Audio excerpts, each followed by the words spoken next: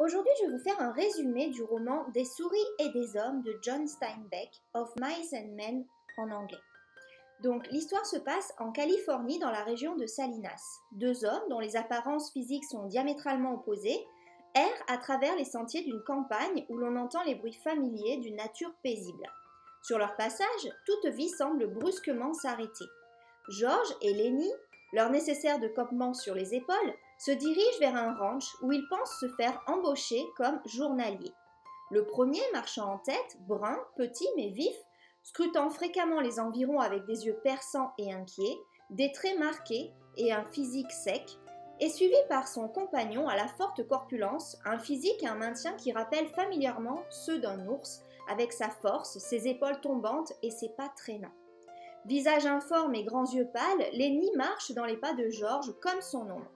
Grand attardé mental, il réagit souvent comme un enfant, avec des caprices, mais sa force brute, mal maîtrisée, est souvent cause de mort.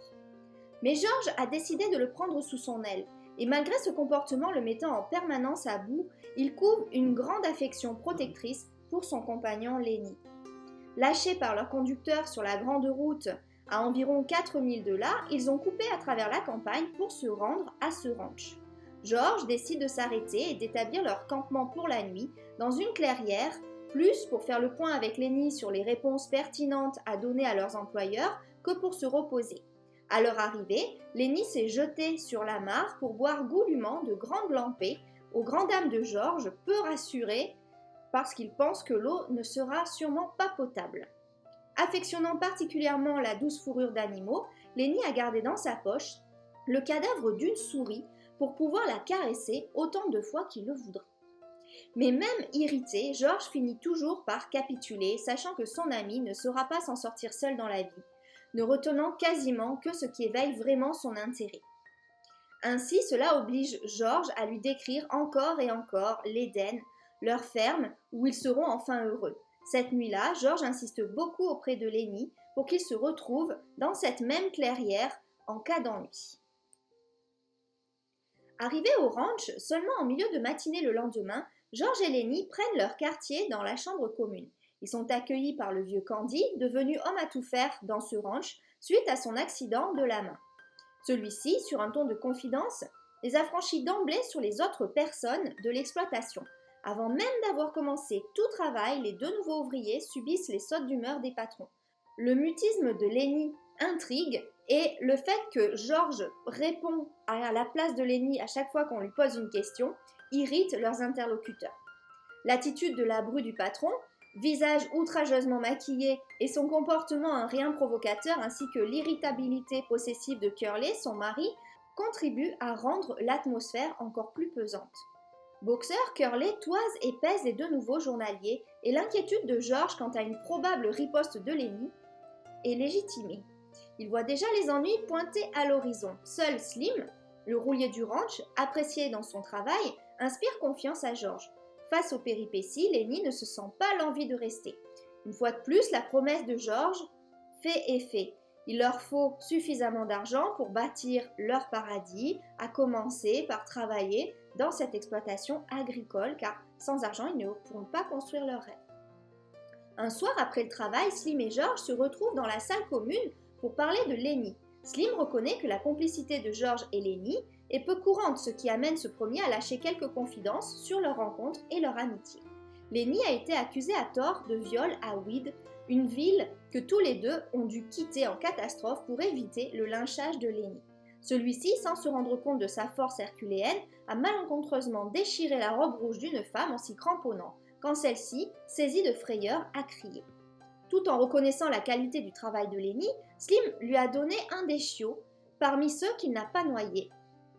Tandis que Lenny préfère passer la nuit dans l'écurie avec les chiots, Carlson s'en va dans la nuit avec le vieux chien malade de rhumatisme et fort malodorant de Candy pour mettre fin à sa souffrance d'une seule balle de son Luger dans la nuque.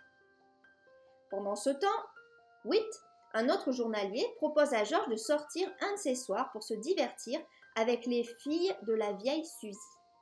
C'est alors que Curly fait irruption dans la chambre des ouvriers à la recherche de sa femme qu'il soupçonne d'être avec Slim. Or, ce dernier s'est rendu à l'écurie pour mettre du goudron sur le sabot fendu de son âne. George est à nouveau hanté par la vision de leur future maison.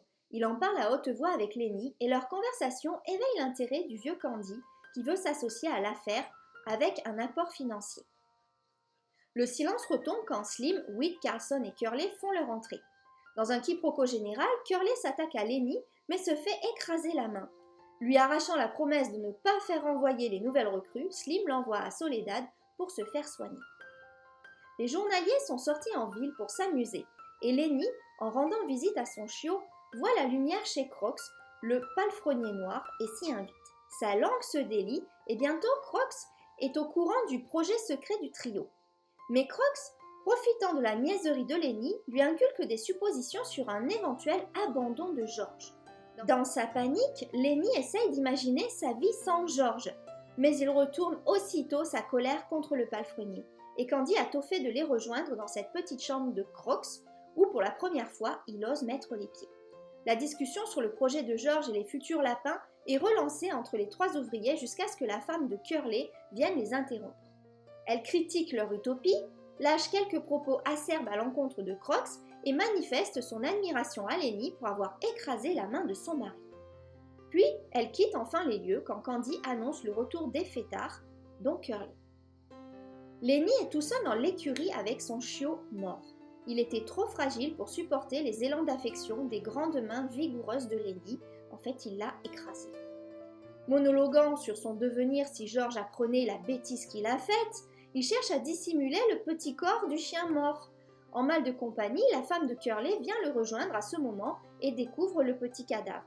Apprenant qu'il a un faible pour ce qui est doux au toucher, elle l'incite à lui caresser les cheveux qui sont si soyeux. Mais malencontreusement, elle s'y prend trop rudement au goût de la belle qui s'est mise à crier. Dans sa terreur, Lenny lui intime de se taire et lui couvre la bouche sans savoir une fois de plus que sa force va lui poser un gros problème puisque en fait, en voulant l'empêcher de crier, il la tue en lui cassant les vertèbres. Pris de panique, il se faufile de l'écurie et prend la fuite. Candy, en venant le chercher, découvre avec ahurissement le corps de la jeune femme étendu dans le foin. George et lui mettent au point rapidement une stratégie pour annoncer le drame au ranch. Aussitôt, Curly met sur pied un groupe d'hommes armés pour battre la campagne et tirer dans le ventre du fuyard, tandis que Candy reste auprès du cadavre. Carlson se plaint de la disparition de son lugger.